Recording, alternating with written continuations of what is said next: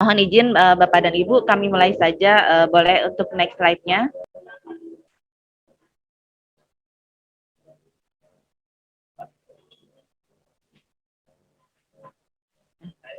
Bapak dan Ibu, saya lihat di sini pesertanya sampai dengan saat ini sudah mencapai 300 orang.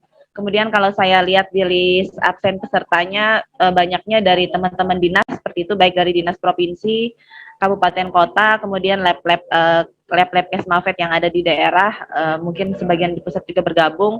Tentunya sudah tidak asing lagi begitu ya mendengar istilah kesehatan masyarakat veteriner seperti itu. Jadi mungkin dapat kami sampaikan sekali bahwa definisi Kesmafet berdasarkan peraturan pemerintah nomor 95 tahun 2012 adalah segala urusan yang berhubungan dengan hewan dan produk hewan yang baik secara langsung atau tidak langsung mempengaruhi kesehatan manusia. Jadi Kesmafet itu urusannya sangat luas Mas Gilang gitu, karena segala urusan diurusi oleh Kesmafet seperti itu, khususnya yang berkaitan dengan produk hewan dan hewan yang mempengaruhi kesehatan manusia. Nah, apa saja yang menjadi ranahnya Kesmafet? Sebentar. Jadi di Kesmafet itu ada pengendalian zoonosis. Kenapa juga zoonosis itu penting di Kesmafet? Karena tadi disampaikan Mas Gilang juga di awal bahwa ada penyakit-penyakit hewan yang memang berpotensi ditularkan melalui makanan atau yang kita kenal sebagai borne zoonosis seperti itu. Kemudian selanjutnya juga apa saja yang diurusi oleh Kesmafet, kita juga berbicara terkait dengan ketahanan dan keamanan pangan. Jadi selain aspek-aspek foodborne zoonosis, ada juga aspek-aspek keamanan pangan penting lainnya yang juga bisa terbawa melalui makanan, seperti yang kita tahu misalnya residu seperti itu ya, yang saat ini juga sudah menjadi fokus perhatian. Kemudian perlindungan kesehatan lingkungan, kenapa juga kesehatan lingkungan penting? Karena kesehatan hewan dan kesehatan masyarakat itu juga pada akhirnya akan mempengaruhi kesehatan lingkungan seperti itu. Recording in progress. Yang berada di lingkungan atau residu-residu yang mungkin nanti juga bisa terbawa melalui lingkungan itu juga akan bisa mempengaruhi terhadap kesehatan hewan dan manusia. Kemudian yang terakhir yang juga menjadi urusan Kesmafet adalah penerapan kesejahteraan hewan. Kenapa kesejahteraan hewan juga penting? Karena khususnya untuk pangan sudah ada studi seperti itu yang menjelaskan bahwa penerapan keserawan pada hewan ternak khususnya itu akan mempengaruhi juga kualitas daging yang dihasilkan oleh ternak tersebut. Jadi kualitas produknya. Jadi 4 hal inilah yang sebenarnya menjadi esensi penting yang menjadi tugas dari Direktorat Kesmafet. Kemudian slide selanjutnya. Mohon izin Mas Gilang, slide-nya tidak terbaca ya di Zoom. Tidak terlihat sepertinya.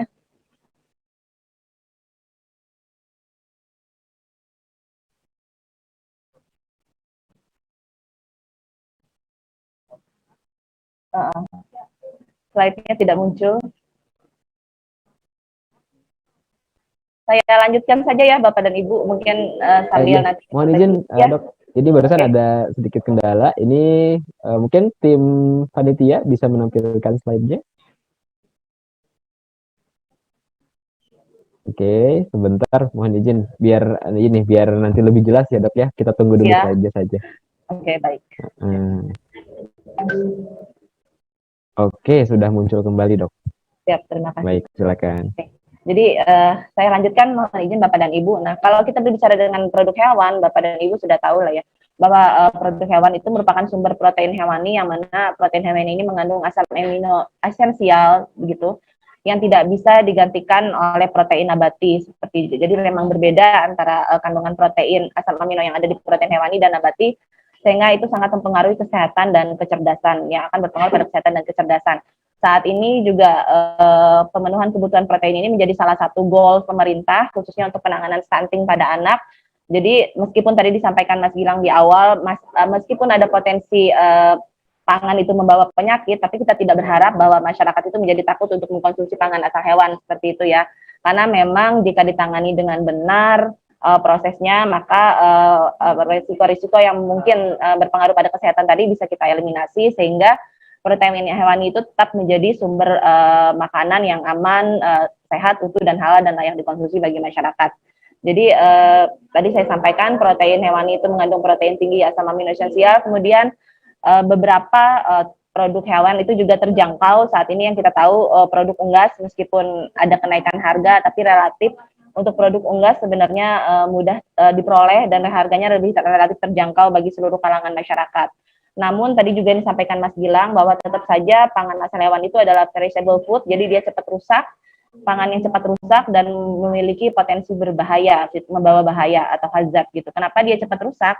Karena di pangan segar asal hewan itu kan khususnya daging ya mengandung kadar air tinggi, kemudian ada nutrisi-nutrisi yang memang disukai oleh mikroorganisme untuk tumbuh, sehingga pada kondisi yang memungkinkan seperti itu mikroorganisme dapat tumbuh sehingga bisa menjadi bahaya pada produk tersebut. Kita ketahui bahaya-bahaya biologis yang mungkin bisa terbawa, ada virus, ada bakteri, kemudian ada parasit, prion, kemudian bahaya kimia tadi yang saya sampaikan, ada residu logam berat, antibiotik, hormon, pestisida, dan lainnya, serta mungkin bahaya-bahaya fisik yang memang tidak sengaja terbawa pada saat pangan itu diproses seperti itu. Jadi inilah memang di sisi produk hewan itu juga memiliki sisi positif, memang ada sisi negatif, tapi yang tentu saja tadi kita harapkan tetap bisa kita eliminasi seperti itu.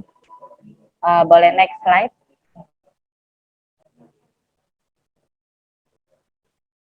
Nah, ini yang kami sampaikan kenapa keamanan produk hewan itu saat ini menjadi penting. Tadi juga sudah kita sampaikan di awal bahwa goalnya, tujuan pemerintah saat ini itu adalah meningkatkan kebutuhan konsumsi protein hewani, khususnya juga terkait dengan penanganan stunting yang memang menjadi fokus pemerintah. Kemudian selain itu juga saat ini sudah berkembang industrialisasi sektor peternakan seperti itu, sehingga memang dengan berkembangnya sektor peternakan dan maupun industri terkait dengan peternakan, pengolahan dan lain sebagainya, memang ada risiko-risiko meningkatnya ancaman kesehatan masyarakat. Tadi seperti yang sudah dijelaskan juga di awal, adanya risiko kontaminan patogen, kemudian adanya pemalsuan dan praktik penyimpangan, itu juga masih beberapa kita temui, misalnya seperti daging celeng, kemudian daging oplosan, kemudian ayam tiren, daging gelonggongan dan lain sebagainya. Kemudian ada dampak penggunaan obat hewan juga yang memang sekarang juga sudah menjadi program pemerintah khususnya terkait dengan pengendalian resistensi antimikroba seperti itu. Nah,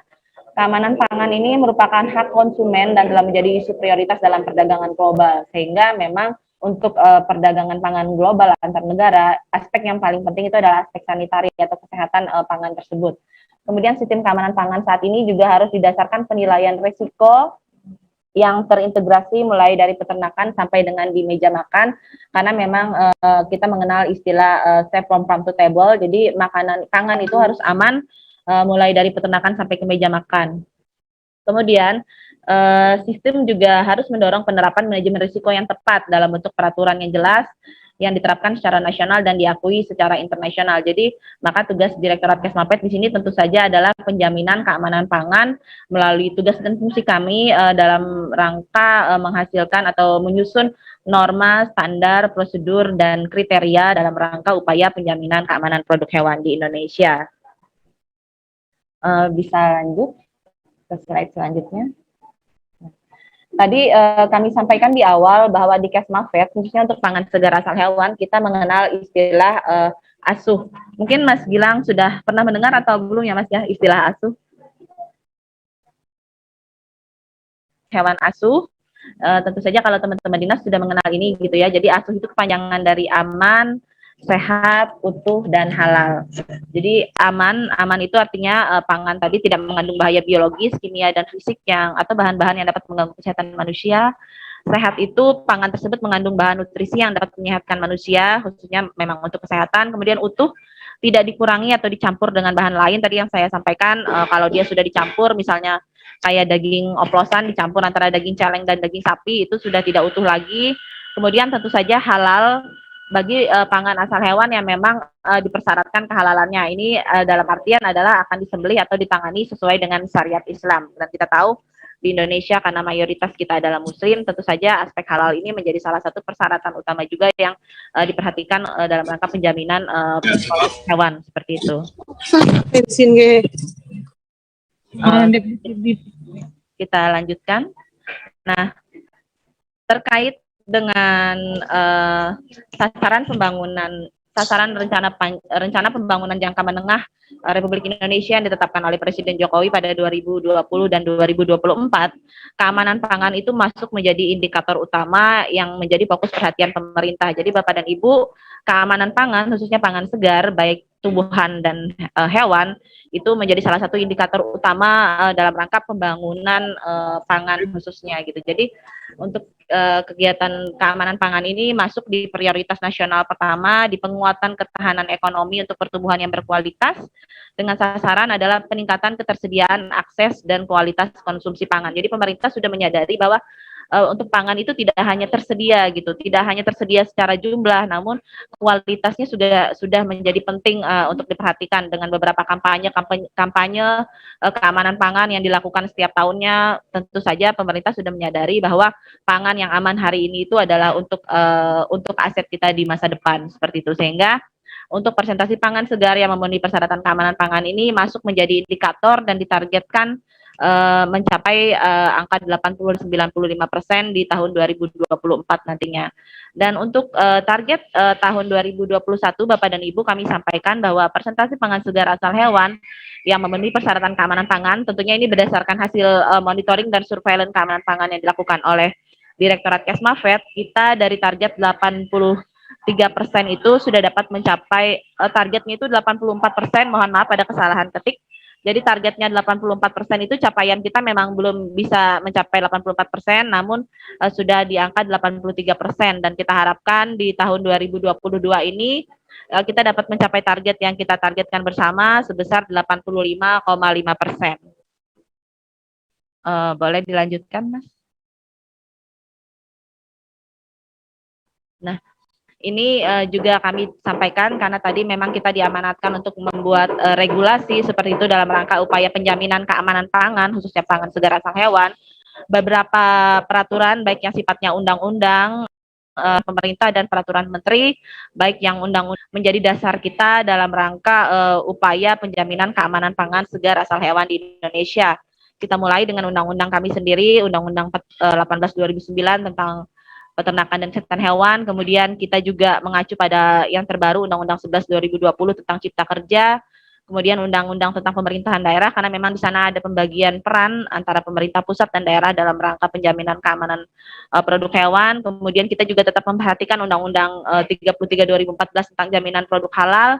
Kemudian undang-undang tentu saja tentang pangan dan undang-undang tentang perlindungan konsumen. Jadi undang-undang inilah yang menjadi dasar dari Direktorat Kesmafed dalam melaksanakan tugas dan fungsinya dalam upaya penjaminan keamanan pangan asal hewan.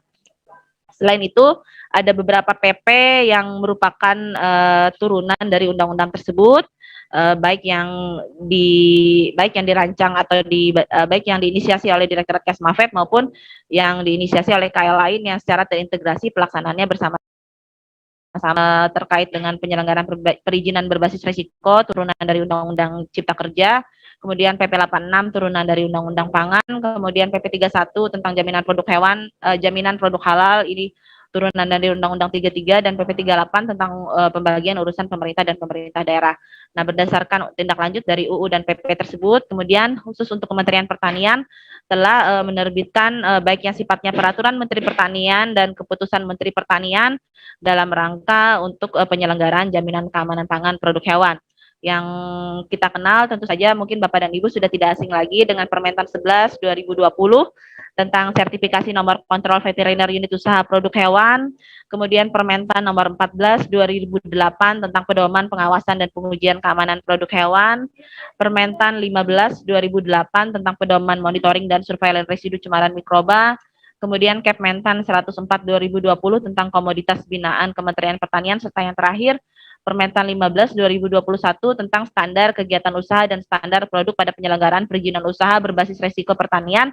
Ini yang merupakan turunan dari Undang-Undang Cipta Kerja seperti itu. Jadi Bapak dan Ibu, alhamdulillah beberapa permentan yang menjadi pedoman teknis pelaksanaan untuk teman-teman baik di pusat maupun di daerah itu sudah terbit.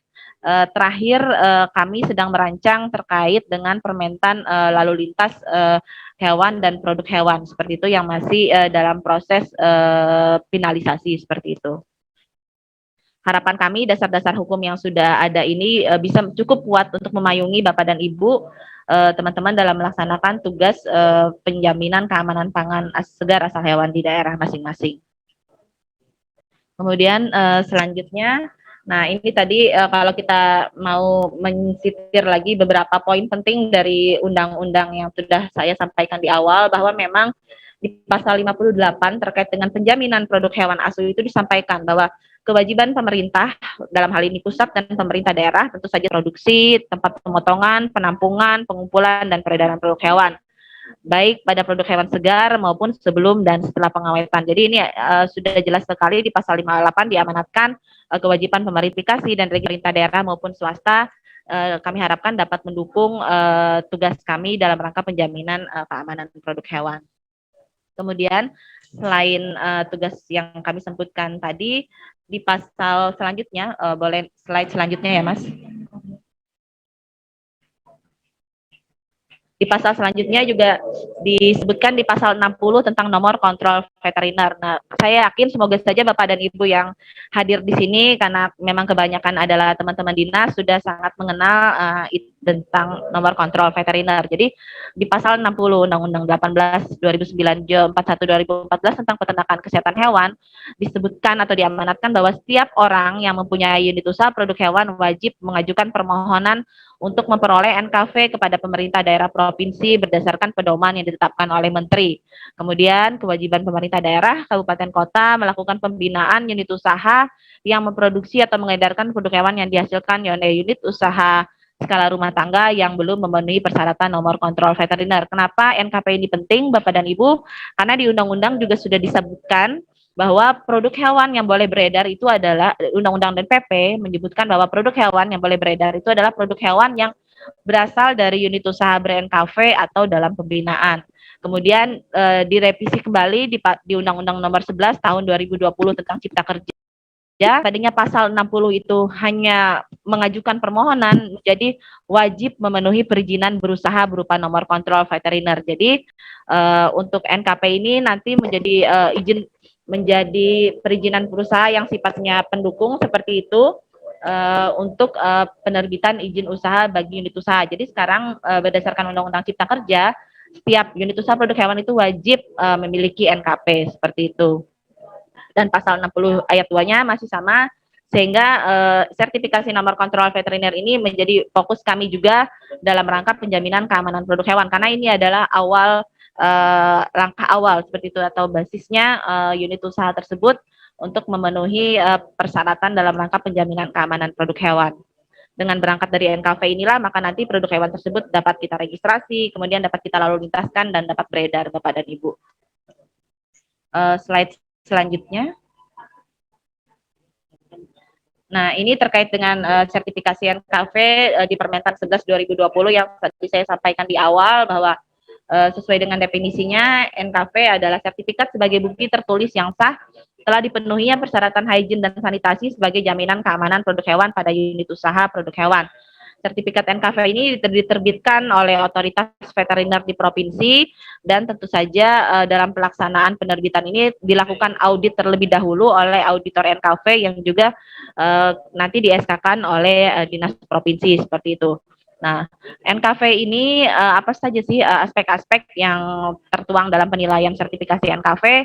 Ini kita berbicara mengenai praktek veteriner yang baik, khususnya khususnya untuk unit usaha budidaya, baik sapi perah maupun di peternakan telur, kemudian hygiene sanitasi dan hygiene personal, biosecurity, kesejahteraan hewan, dan aspek halal. Jadi sekali lagi memang NKV ini adalah persyaratan dasar yang harusnya dipenuhi oleh unit usaha produk hewan, sehingga dapat sebagai garansi dari pemerintah seperti itu ya, bahwa produk hewan yang dihasilkan telah memenuhi persyaratan keamanan produk hewan.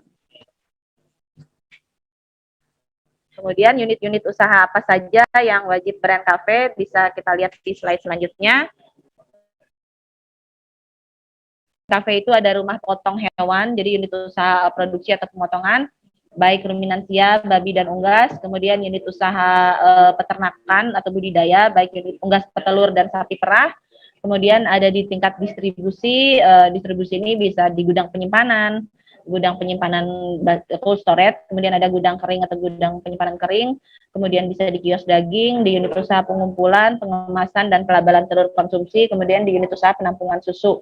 Kemudian yang terbaru, kemudian juga terkait dengan unit usaha sarang burung walet, baik di rumah waletnya, di pencucian, pengumpulan, dan pengolahan.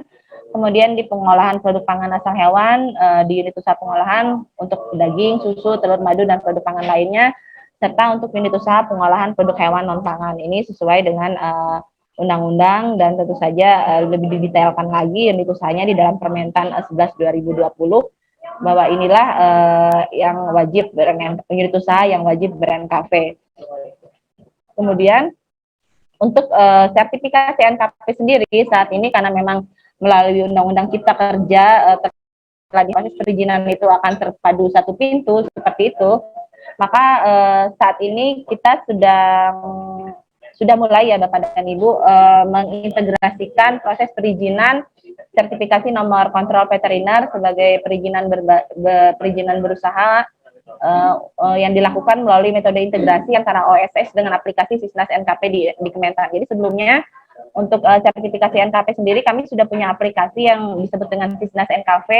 Kemudian dengan sesuai dengan amanat Undang-Undang Cipta Kerja bahwa harus terintegrasi satu pintu, akan sudah kita integrasikan juga dengan OSS seperti itu, dan ini juga sudah kita sosialisasikan khususnya kepada pelaku usaha, kemudian teman-teman dinas baik di kabupaten, kota, dan provinsi tentu saja, karena di dinas provinsi lah yang akan memproses penerbitan sertifikasi nomor kontrol veterinernya. Jadi semuanya sudah online, Bapak dan Ibu, sudah terintegrasi untuk proses pengajuan perizinannya. Kemudian selanjutnya selain NKV, kita akan beralih kepada penjaminan keamanan produk hewan. Boleh slide selanjutnya, Mas? Nah, jadi kenapa tadi saya mengangkat NKV dulu, karena memang NKV itu kami sampaikan sebagai dasar. Berangkat dari NKV inilah, maka upaya-upaya penjaminan produk hewan yang dilakukan pemerintah itu dapat terlaksana dengan baik seperti itu. Jadi di pasal 26 di PP 95 tahun 2012 disebutkan bahwa penjaminan produk hewan dilakukan melalui pengaturan produk hewan, pengawasan baik di unit usaha dan produknya, kemudian poin 4, pemeriksaan dan pengujian, kemudian standarisasi produk hewan, sertifikasi dan registrasi produk hewan. Jadi tujuh inilah sebagai upaya penjaminan produk hewan yang dilakukan baik oleh pemerintah maupun pemerintah daerah. Boleh naik ke selanjutnya, slide selanjutnya. Untuk pengaturan produk hewan sendiri, boleh di skip aja, lanjut saja, Mas. Ya, untuk pengaturan produk hewan sendiri, ini yang tadi kami sampaikan Bapak dan Ibu di awal, bahwa di dalam PP disebutkan bahwa apa saja sih produk hewan yang wajib diatur peredarannya. Jadi semua produknya untuk peredarannya tadi yang kami sampaikan bahwa untuk hasil produksi dalam negeri dia sudah adalah unit usaha yang telah memiliki NKV. Kemudian atau unit usaha yang sedang dalam pembinaan teknis tersebut harus mampu dipenuhi oleh negara dan unit usaha. Jadi tidak sembarangan negara dan tidak sembarangan unit usaha yang bisa memasukkan produk hewannya ke Indonesia, harus melalui proses persetujuan terlebih dahulu. Kemudian setelah itu sebagai penjaminan bahwa produk hewan yang dikirimkan atau masuk ke Indonesia itu aman, kita juga memerlukan sertifikat veteriner atau sertifikat kesehatan produk hewan yang diterbitkan oleh Autovet berwenang di negara asal, dan tentu saja sertifikat halal bagi produk hewan yang dipersyaratkan.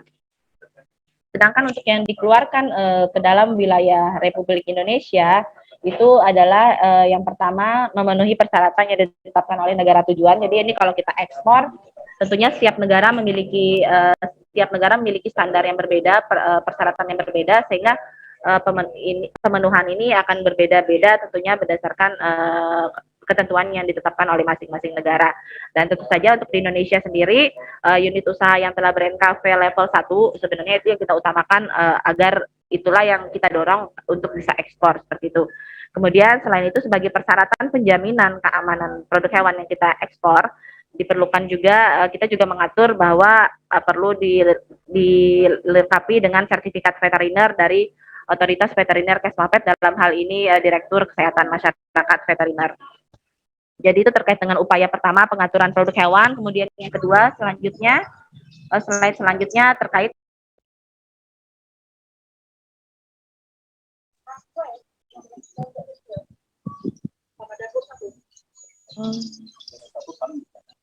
tadi sempat terpotong ya?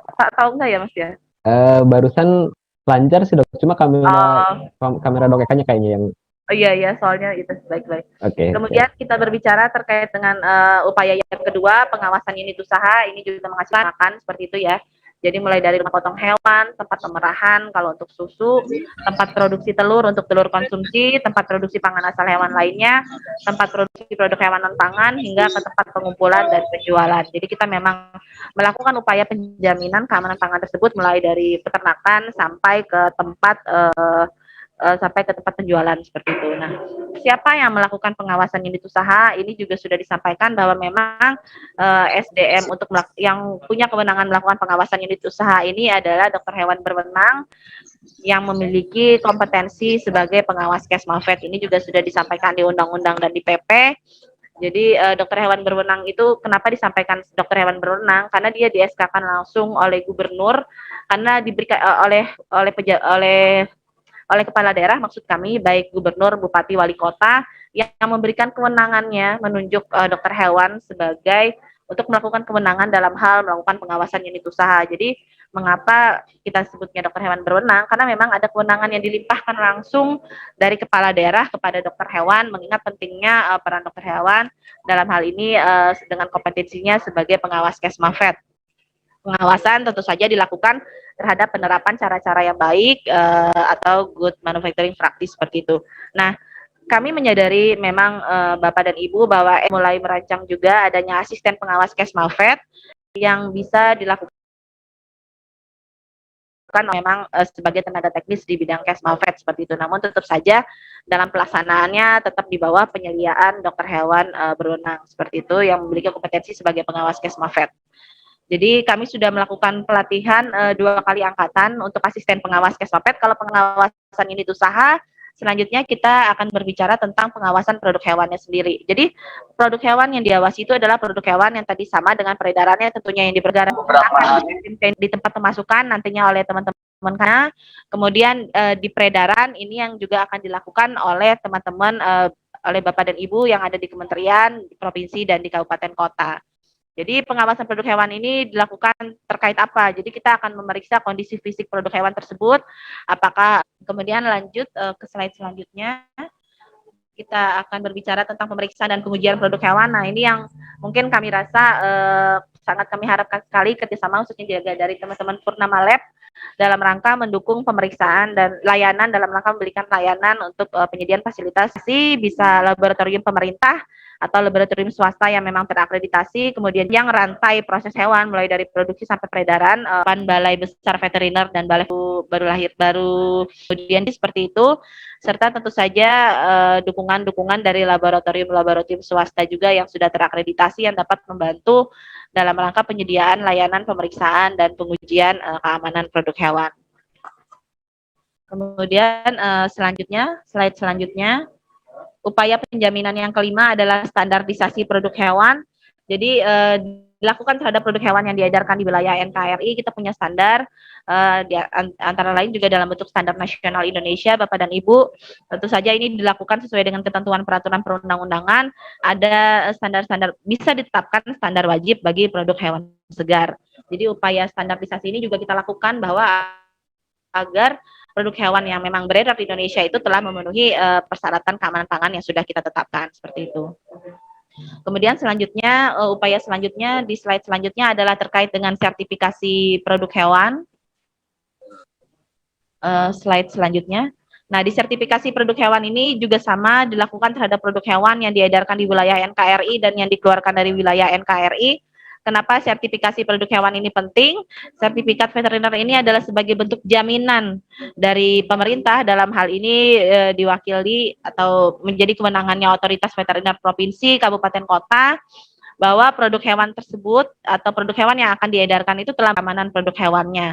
Jadi nanti bentuk sertifikasi produk hewan ini adalah sertifikat veteriner yang di dalam rancangan Permentan lalu lintas produk hewan yang tadi kami sebutkan di awal sudah kami buatkan rancangan bahwa untuk kriteria setiap jenis produk ada parameter-parameter uji yang memang harus dilakukan ketika sertifikat halal itu juga menyebabkan salah satu bentuk sertifikasi produk hewan, namun ini tentu saja menjadi kewenangan kementerian, lembaga, instansi terkaitnya dalam hal sertifikasi halal, dalam hal ini adalah BPJP, Badan Jaminan Penyelenggaraan Produk Halal.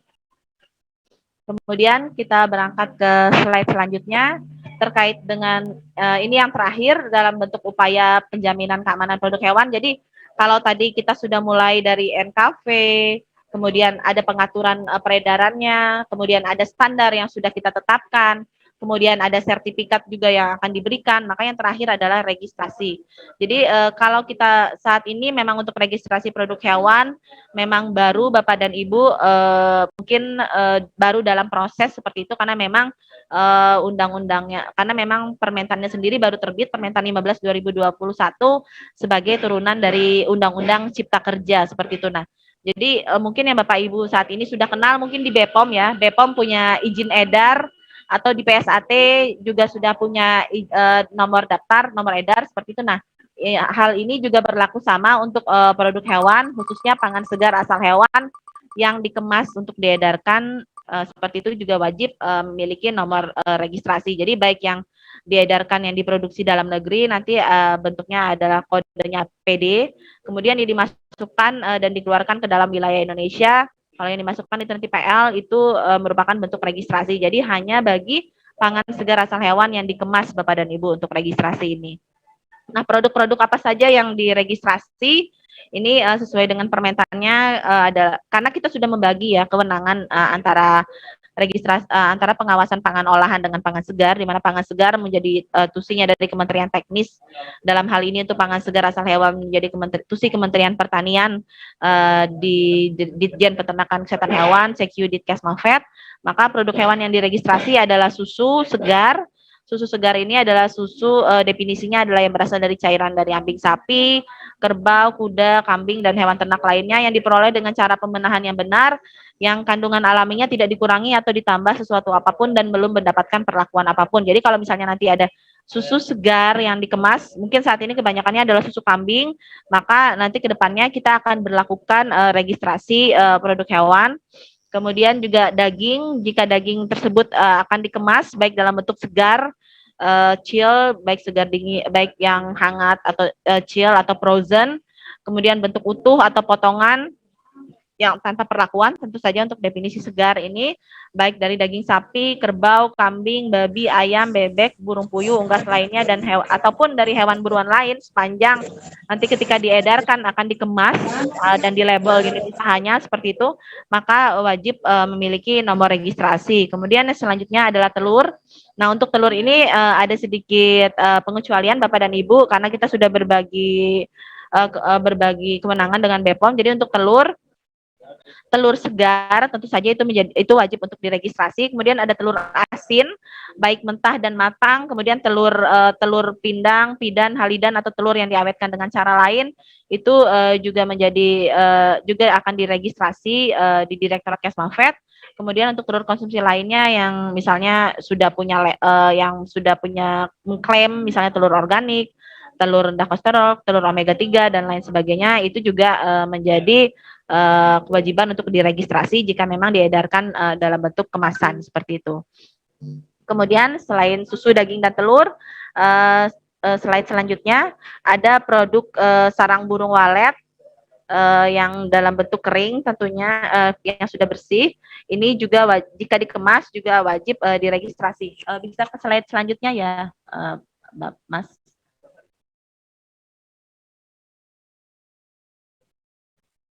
Halo. Silakan panitia mohon di slide-nya di next. Iya, takutnya oke. Nah, ini jadi madu. Madu itu juga menjadi kewajiban untuk diregistrasi jika diedarkan seperti itu, baik madu budidaya, madu lebah atau madu sengat ataupun madu hutan. Kemudian tadi yang saya sampaikan sarang burung walet, baik yang sarang bulu yang kering, baik yang matahari maupun kering open itu juga wajib untuk diregistrasi jika memang nanti akan diedarkan dalam kemasan. Nah, untuk proses registrasinya sendiri, Bapak dan Ibu, karena tadi juga saya sampaikan seperti dengan sertifikasi NKV, karena sekarang juga harus terintegrasi satu pintu, maka kita juga sudah mulai menyusun, merancang, sudah jadi juga seperti itu integrasi aplikasi antara OSS dengan Simpol yang ada di peternakan dan kesehatan hewan. di Kementan. Jadi nanti alur permohonan registrasinya nanti yang dapat dilihat Bapak dan Ibu. Jadi pelaku usaha mendaftarkan dulu akunnya karena memang ada tarif PNBP-nya. Pengajuan permohonan nomor registrasi akan diverifikasi, kemudian diberikan nomor chat akhir dan pengunduhan nomor registrasi. Nah, berbeda dengan NKV, kalau NKV itu akan diterbitkan oleh Otopet di provinsi, kalau untuk registrasi ini akan dikeluarkan oleh pusat. Jadi yang menerbitkan nomor registrasi itu adalah Direktorat Jenderal Peternakan dan Kesehatan Hewan, seperti itu. Jadi ini prosesnya. Ini kita sedang sosialisasi Bapak dan Ibu untuk registrasi produk hewan. Ada beberapa yang sudah mengajukan memang, tapi masih dalam proses seperti itu karena memang permentannya baru terbit tahun lalu. Kita menyiapkan aplikasinya supaya bisa berjalan sehingga tahun ini kita sudah mulai mensosialisasikan terkait dengan kewajiban registrasi produk hewan. Jadi Bapak dan Ibu, itu adalah 7 upaya yang kita jabarkan lebih lanjut terkait dengan upaya penjaminan keamanan produk hewan, dalam hal ini pangan segar hewan di Indonesia. Mungkin bisa naik slide selanjutnya ya Mas. Nah, dari keseluruhan upaya penjaminan keamanan produk hewan tersebut, tentu saja pelaksanaan pengawasan Kesmafed itu menjadi sangat penting karena kita tadi sudah mempersyaratkan banyak seperti itu. Kemudian tentu saja tidak hanya cukup unit usahanya memenuhi persyaratan, namun juga kita harus melihat konsistensinya, konsistensi pemenuhan persyaratan teknis yang telah kita tetapkan, sehingga memang tusi pengawasan kesehatan masyarakat veteriner dalam rangka penjaminan keamanan pangan segar asal hewan itu menjadi hal yang sangat penting. Nah, apa saja poin-poin yang menjadi fungsi dari pelaksanaan pengawasan Kesmafed? Yang pertama tadi saya sampaikan, kita melakukan pengawasan terhadap registrasi pendaftaran produk hewan. Jadi nanti kalau ada produk baik di pusat maupun di provinsi, kabupaten, kota, SDM Kesmafed yang ada di daerah, jika melakukan pengawasan kemudian menemukan adanya produk hewan yang dalam kemasan yang beredar tapi belum disertai registrasi dan pendaftaran, nomor registrasi mungkin dapat dilakukan pembinaan seperti itu supaya pelaku usaha dapat melakukan proses perizinan untuk dapat mendapatkan nomor registrasi. Kemudian juga SDM Kesmafed juga melakukan pengawasan terhadap penerapan cara yang baik di unit usaha produk hewan. Jadi kita melakukan penerapan pengawasan untuk konsistensi penerapan cara yang baik di unit usaha produk hewan. Kemudian juga di peredarannya kita harus memastikan bahwa produk hewan yang beredar itu sudah sesuai dan benar informasinya. Jadi antara label dan informasi yang di label dengan produknya sudah sesuai, kemudian tidak terjadi penyimpangan-penyimpangan produk hewan di tingkat peredarannya. Kemudian yang terakhir adalah memastikan bahwa persyaratan keamanan dan mutu produk hewan itu terpenuhi. Nah, salah satunya tadi tentu saja yang Pak Direktur sering sampaikan adalah bahwa pengawasan Kesmafed itu berbasis pengujian. Jadi pengujian itu merupakan salah satu hal penting yang tidak dapat dipisahkan dari tools untuk kegiatan pengawasan Kesmafed seperti itu. Sehingga memang layanan pemeriksaan dan pengujian produk hewan sangat penting peranannya. Kemudian ke slide selanjutnya. Nah, Bapak dan Ibu, untuk mempermudah teman-teman khususnya pengawas Kesmafed dan asisten pengawas Kesmafed baik di provinsi, kabupaten, kota, dan pusat, kami karena saat ini memang kita sudah dituntut untuk melakukan segala sesuatunya by sistem seperti itu supaya mudah, maka kita juga sudah menyiapkan aplikasi yang kita sebut sebagai digital pelayanan dan pelaporan kesehatan masyarakat veteriner. Jadi satu sistem aplikasi yang memuat berbagai fungsi yang terkait dengan kegiatan pengawasan keamanan masyarakat veteriner seperti itu. Jadi di sini kalau boleh saya pointer, ada Silawas. Ini adalah sistem pelaporan pengawas Kesmafed. Jadi ketika teman-teman pengawas melakukan kegiatan pengawasannya di daerah, nanti laporan pengawasannya dapat diisi atau di-entry ke dalam sistem ini. Kemudian kami di pusat dapat mengetahui informasi hasil pengawasan teman-teman di daerah ataupun teman-teman provinsi juga dapat mengetahui hasil pengawasan teman-teman di tingkat kabupaten kota, dan tentu saja hasil pengawasan ini terdokumentasi dengan baik juga sehingga nanti kita dapat melihat seperti itu proses laporan pengawasan di unit usaha. Misalnya satu unit usaha dilakukan pengawasan tahun 2020, 2021, 2022, kita dapat melihat catatan kronologisnya seperti itu. Apakah semakin membaik ataukah ternyata menurun kinerjanya seperti itu. Jadi ini adalah salah satu bentuk evaluasi kita juga. Kemudian di sini juga ada kolom laporan masyarakat. Nah, di kolom laporan masyarakat ini adalah sebagai salah satu kanal kami, Bapak dan Ibu, untuk memfasilitasi laporan-laporan pengaduan dari masyarakat. Beberapa waktu ini terkait dengan perkembangannya media sosial, Bapak dan Ibu, kami sering sekali mendapatkan keluhan-keluhan atau mendapatkan forward-forward informasi yang sifatnya memang belum bisa kita verifikasi kebenarannya seperti itu, namun sudah cukup membuat heboh atau membuat viral di media sosial. Misalnya kayak kemarin adanya telur palsu yang sebenarnya kasus itu berkali-kali sudah sering kami konfirmasi, tapi ternyata setiap tahun isu telur palsu itu masih menjadi concern juga di masyarakat seperti itu, dan kami juga menyadari bahwa mungkin sekarang masyarakat itu sudah menjadi aware, harapannya aware terhadap keamanan pangan, sehingga ketika ada informasi-informasi terkait dengan keamanan pangan yang bisa mengancam itu dapat langsung disebarluaskan begitu saja melalui medsos tanpa belum kita pastikan kebenarannya. Misalnya ada isu juga bakso tikus, kemudian ada isu juga bahwa daging ayam broiler itu tidak sehat, bisa menyebabkan kanker dan lain sebagainya.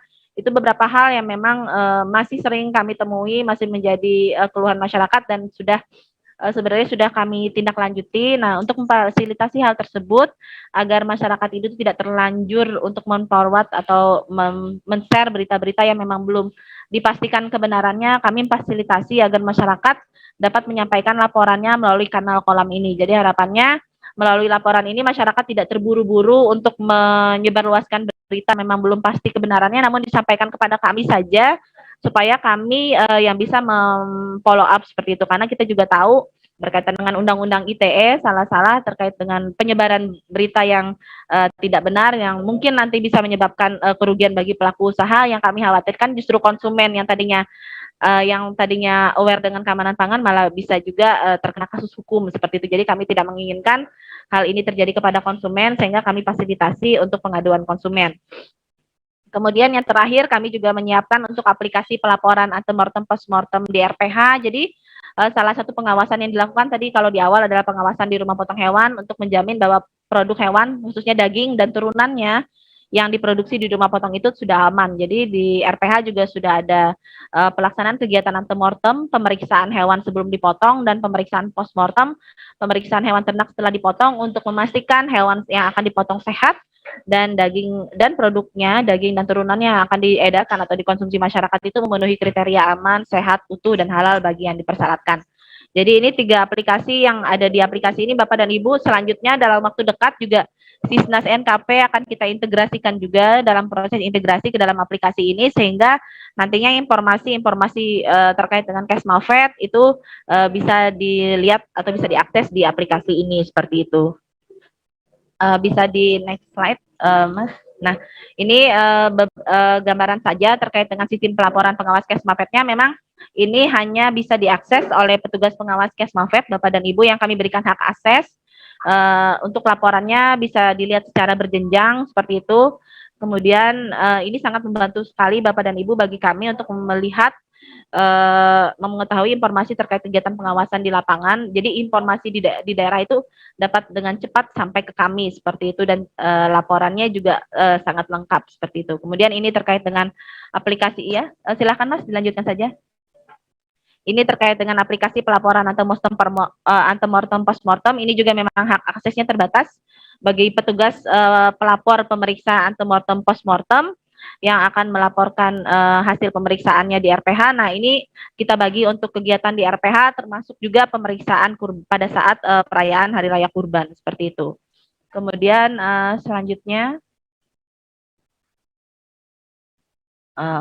nah ini yang tadi kami sampaikan terkait dengan pengawasan Kesmafed berbasis partisipasi masyarakat. Nah, ini masyarakat bisa, kalau ini aksesnya terbuka bagi masyarakat, silahkan Bapak dan Ibu, nanti teman-teman dinas maupun seluruh peserta yang hadir dapat menyampaikan, mensosialisasikan ini. Jika memang ada kendala, misalnya masyarakat atau konsumen menemukan dugaan daging bangkai daging gelonggongan atau pemalas dan lain sebagainya, kemudian adanya kecurigaan bahan berbahaya, kemudian informasi sakit karena mengkonsumsi produk hewan atau laporan praktek hygiene unit usaha yang buruk, serta pengaduan-pengaduan lainnya yang berkaitan dengan Kesmafed dapat disampaikan melalui aplikasi ini di lankesmafed.pertanian.go.id.kolam. Kami akan memverifikasi dan menindaklanjuti aduan yang disampaikan, kemudian melaporkan hasil tindakan tersebut sehingga masyarakat kembali dapat mengakses hasil tindakan tersebut, Bapak dan Ibu. Nah, kami berharap dengan adanya fasilitas ini bisa mengurangi informasi-informasi yang belum jelas kebenarannya namun sudah mendadak viral seperti itu, sehingga sulit kita kendalikan dan bisa jadi berpengaruh berpengaruh terhadap sisi ekonomi atau kelanjutan usaha, keberlangsungan usaha seperti itu, Bapak dan Ibu. Jadi lebih baik daripada menyebarluaskan informasinya, mendingan laporkan ke kita seperti itu supaya kita bisa menindaklanjuti dengan baik aduan tersebut dan bisa menindaklanjuti kasusnya. Jika memang perlu kita bawa kasus ke pelanggaran ini, akan kita teruskan ke ranah hukum, akan kita proses, atau jika memang masih perlu dalam tahap pembinaan, maka kita akan lakukan tahap pembinaan terlebih dahulu. Jadi nanti akan bermacam-macam juga tindakan-tindak lanjut yang akan kita lakukan, Bapak dan Ibu.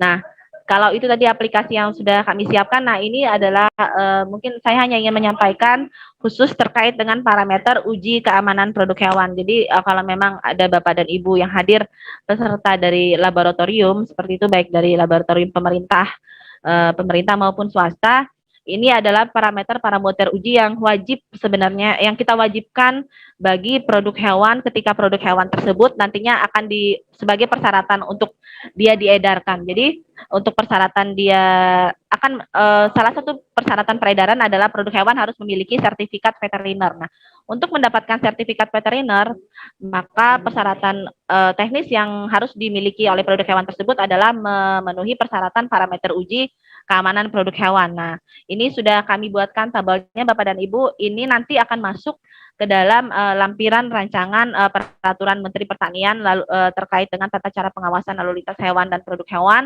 Nah, kami harapkan nantinya laboratorium pangan itu paling tidak bisa membantu dalam hal pengujian parameter uji ini terlebih dahulu, Bapak dan Ibu. Dan kami harapkan juga terakreditasi karena memang syaratnya nanti adalah berasal dari hasil ujinya adalah dari laboratorium pangan atau veteriner yang terakreditasi.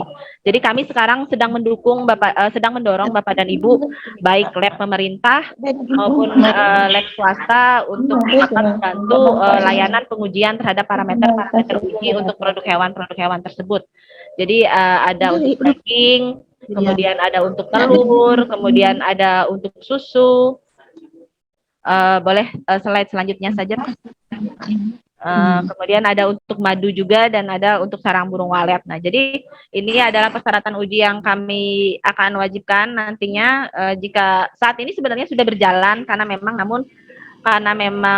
permentannya belum terbit sehingga dikembalikan lagi kepada pemerintah daerah dalam hal ini Otopet untuk menentukan persyaratan uji produk hewan agar dapat ditetapkan atau dapat diterbitkan sertifikat veterinernya, Bapak dan Ibu. Tapi ke depan kalau nanti permentan sudah terbit, maka ini akan berlaku standar seperti itu untuk seluruh produk hewan yang dalam rangka pengujiannya untuk memperoleh atau untuk memenuhi persyaratan teknis dalam hal penerbitan sertifikat veterinernya. Mungkin itu yang dapat kami sampaikan, Bapak dan Ibu. Mohon maaf apabila ada kekurangan. Untuk saksi administrasi ini nanti bisa silahkan dibaca saja. Jadi terhadap setiap pelanggaran-pelanggaran tentunya tadi berdasarkan dasar hukumnya sudah ada juga. Nah, nanti kita tentu saja akan menindak penyimpangan-penyimpangan tersebut berdasarkan aturan-aturan regulasi yang sudah ada. Seperti itu.